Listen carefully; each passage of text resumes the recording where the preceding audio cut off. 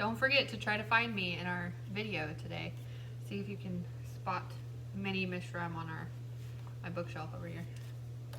All right, so we are on chapter 8. We're gonna read chapter 8 and 9 today. So Bat didn't want to go to his school on Friday because he didn't want to go to his dad's house. And remember, his mom said that he still has to do his normal things or else she's gonna make Skunk go live with someone else. So let's see what happened. This is called 16 Islets. Sometimes Bat wished that Janie went to his school because it would be kind of neat to see her in the hallways and at lunchtime. But most of the time he was glad that his school was something he did not have to share with her. Janie attended the Robert E. Willett Elementary School, but this was her last year. Next fall she would be going to middle school.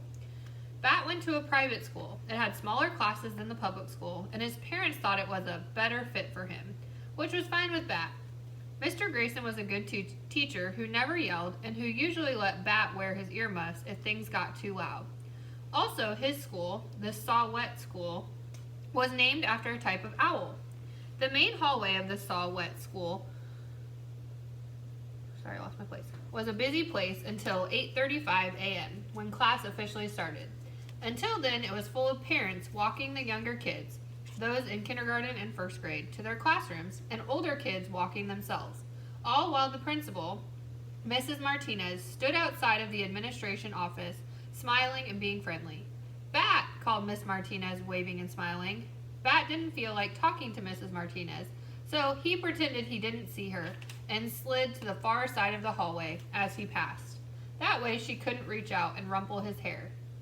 Bat hated it when people rumpled his hair, and Mrs. Martinez loved to rumple hair. She had never yet rumpled his hair, and Bat wanted to keep it that way. Bat liked the main hallway better when all the other kids were in their classrooms. Right now, Luca and Israel, 2 kids in Bat's class, were struggling out of their rain boots on the rubber mat.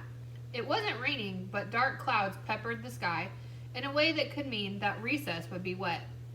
At Saw-Whet School, one of the philosophies was that students should go outside, rain or shine, or snow. Bat hadn't worn rain boots, so he didn't have any that he needed to take off. So here's Bat walking down the hallway. There's his principal, Miss Martinez. How do you think Bat feels right now? He didn't carry an umbrella either because the Saw-Whet School didn't allow them in the hallways or classrooms, which Bat agreed was a wise decision. He skirted around a kindergartner whose mother was kneeling in front of him, holding a tissue to his nose. "Blow," she said, and he dodged between a couple of big kids, 6th graders, who were tossing a small red rubber ball back and forth. "Balls are supposed to be kept outside," Bat told the slightly smaller of the 2 big kids, a boy he recognized by the red glasses he wore. "Not this ball," said the boy. "This is a special ball."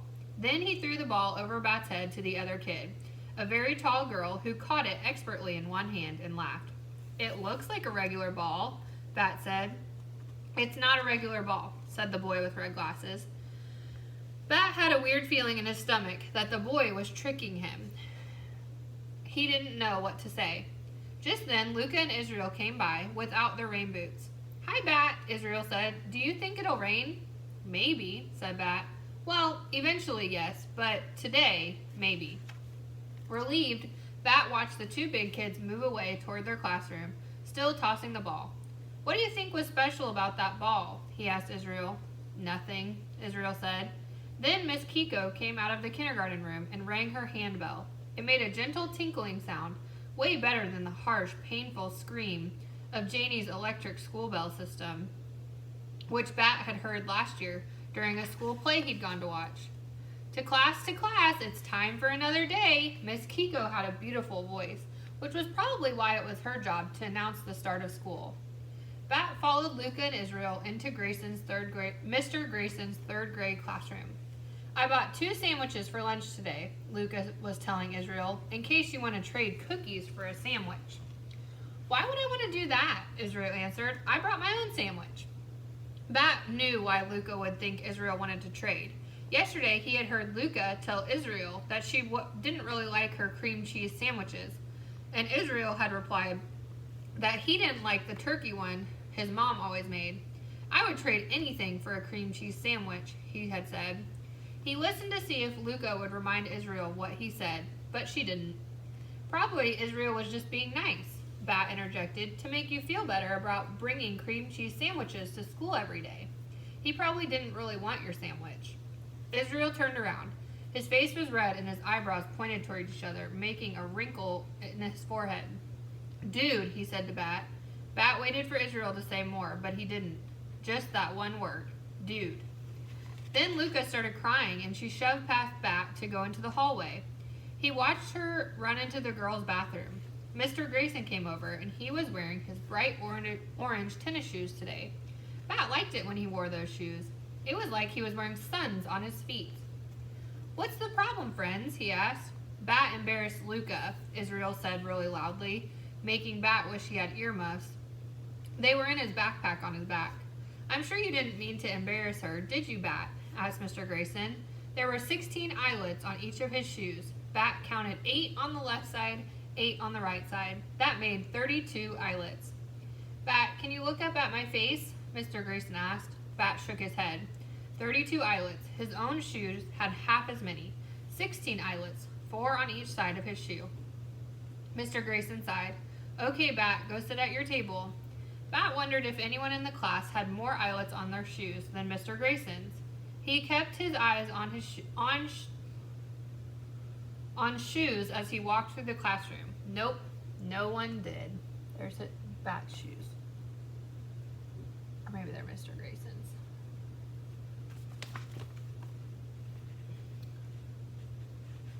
Nope, they're Mr. Grayson's because they have 8.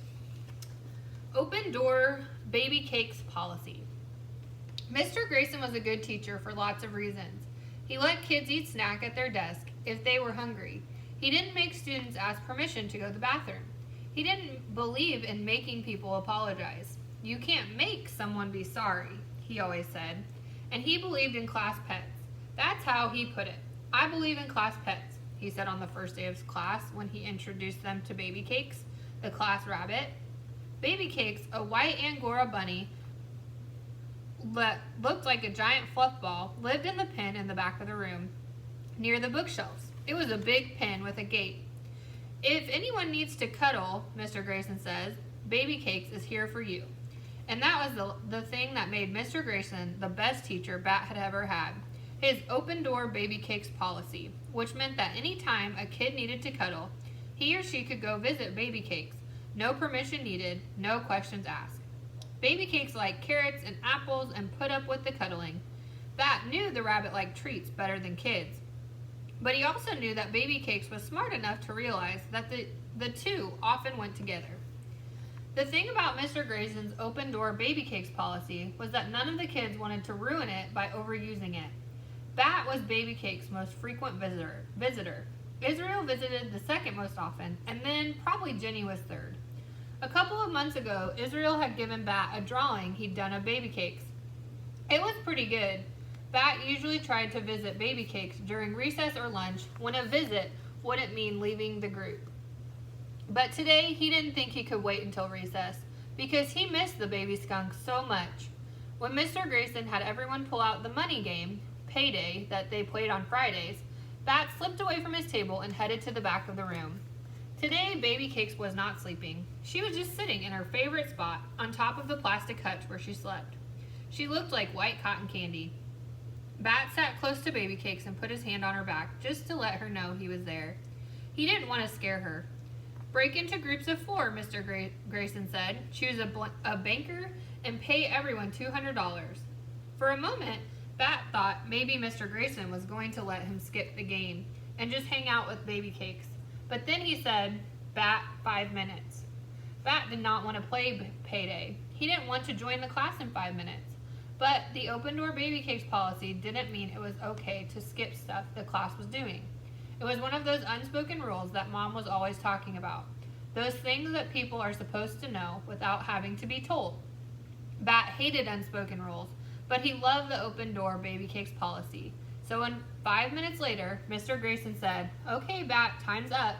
Bat reluctantly scooted Baby Cakes off his lap where he had set her and rejoined the class. The games were all arranged. Jenny Pearson had dealt out $200 for Bat. Luca, Bat saw, had returned from the bathroom with red-rimmed eyes. She was in a different group. Ready? Jenny asked. I guess, said Bat, and he sat in the empty seat between Jenny and Raymond. Across from him, Corey rolled the dice. Bat sighed. It was going to be a long day. So why do you think that he went to go visit Baby Cakes? You think maybe he was feeling kind of sad, or he needed a break from his friends? Also, he said his friend came back from the bathroom with red-rimmed eyes. What do you think that means? What had she been doing in the bathroom that her eyes were red? Those were our other 2 chapters. We'll read 2 more tomorrow, but I hope you guys enjoy it. Bye!